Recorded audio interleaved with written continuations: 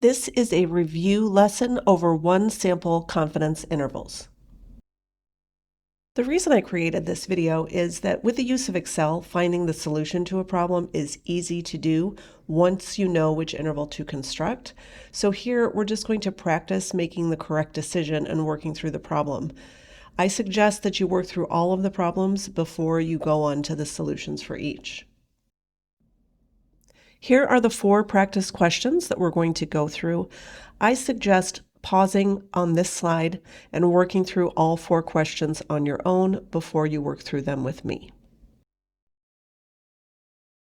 Practice 1. A manufacturer claims that the average lifespan of its rechargeable flashlight batteries is at least 9.5 hours. A sample of 20 batteries has a mean lifespan of 9.1 hours with a sample standard deviation of 1.3 hours. Construct a 99% confidence interval for the true mean battery lifespan. Assume the population distribution is normal. Then answer, does your interval support the manufacturer's claim that the mean is at least 9.5 hours? Explain.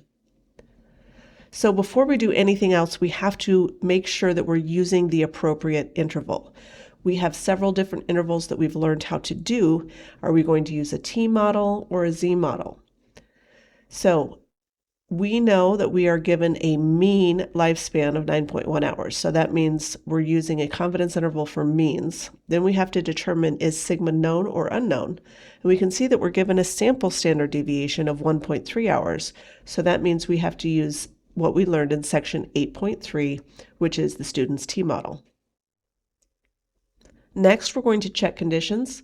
This is a simple random sample. Sigma is unknown, and we're given that the population distribution is normal. Step 2, identify the sample statistics. X bar, or the sample mean, is 9.1. The sample standard deviation, S, is 1.3. N, our sample size, is 20. And alpha is 1 minus 0.99, which is 0.01.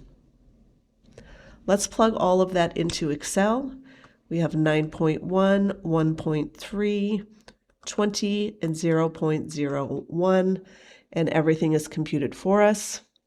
Let's interpret our interval in context.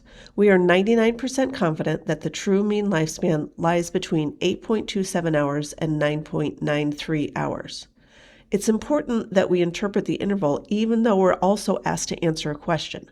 So interpret the interval first, and then let's answer the question, does our interval support the manufacturer's claim that the mean is at least 9.5 hours, and explain.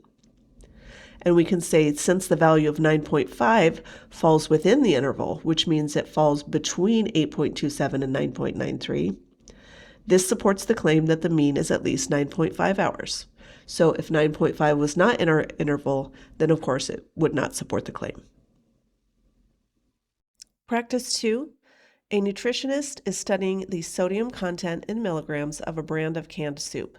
The population standard deviation is known to be 48 milligrams. A random sample of 36 cans has a mean sodium content of 612 milligrams. Construct a 95% confidence interval for the true mean sodium content, then answer, based on your interval, is it plausible that the true mean sodium content is 600 milligrams? Explain using the interval. So again, we need to first determine the appropriate interval to use. We can see that we are given a mean, and in this case, we're also given the population standard deviation. Therefore, we're going to use a confidence interval for means where sigma is known. Check the conditions for that particular interval. This is a simple random sample. Sigma is known, and n is greater than or equal to 30. Step 2, identify sample statistics. X bar, or our sample mean, is 612.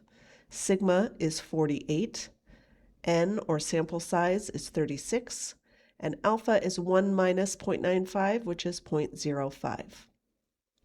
Let's plug those values into our spreadsheet. This is going to be section 8.1. So 612 is the sample mean, population standard deviation 48, n is 36, alpha is 0.05.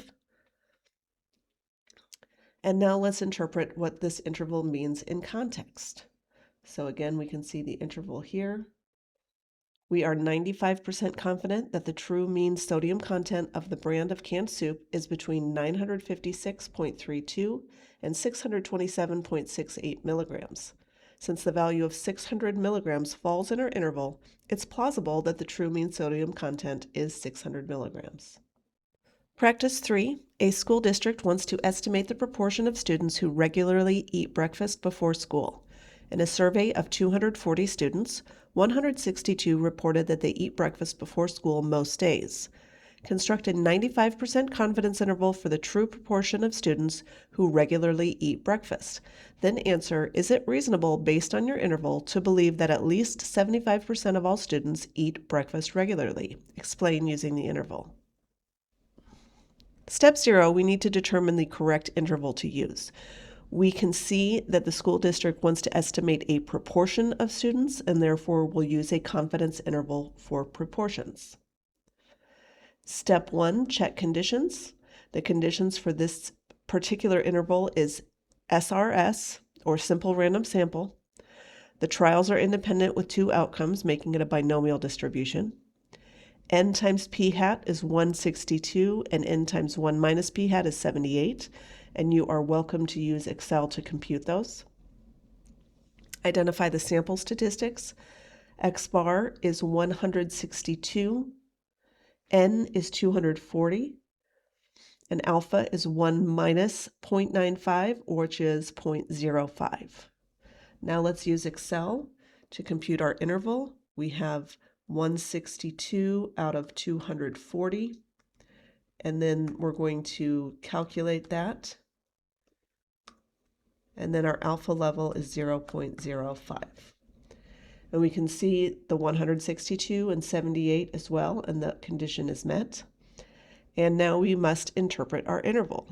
So we are 95% confident that the true proportion of students who regularly eat breakfast before school lies between 61.57 and 73.43%.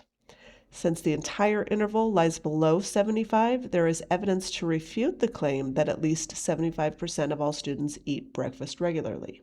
So again, 75 falls outside of the interval, and therefore there's evidence to suggest that fewer than 75% of students eat breakfast regularly.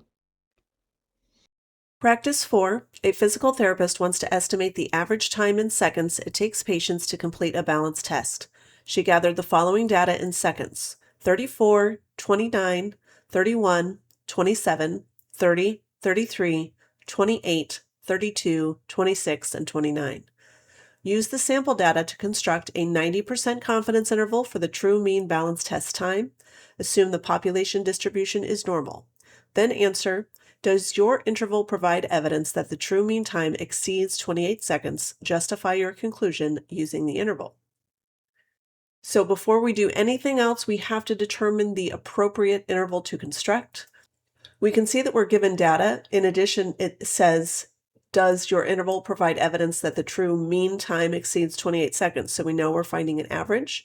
We don't know sigma, so we're going to use a confidence interval for means where sigma is unknown. Step 1, check conditions for this particular interval. That is an SRS, which is met. Sigma is unknown, which is met. And though we do have a small sample size, we are given that the population distribution is normal. So all conditions are met. Step 2, identify sample statistics. In this case, the only sample statistic that we can find is alpha, which is 1 minus 0.9 or 0.1. The rest will be computed for us when we enter our data into Excel. So let's go to Excel and enter our data. We can see, based on the data that we've just entered, our sample mean is 29.9, our sample standard deviation is 2.6013, sample size is 10, and alpha level we enter as 0.1. Everything else is done for us by the magic of Excel. So we can see that we have the following confidence interval, and we are going to describe what that interval tells us and then answer the question. So we are 90% confident that the true average time it takes patients to complete a balance test lies between 28.4 seconds and 31.4 seconds. Since the value of 28 seconds lies below this interval, the evidence supports the claim that the true mean time exceeds 28 seconds.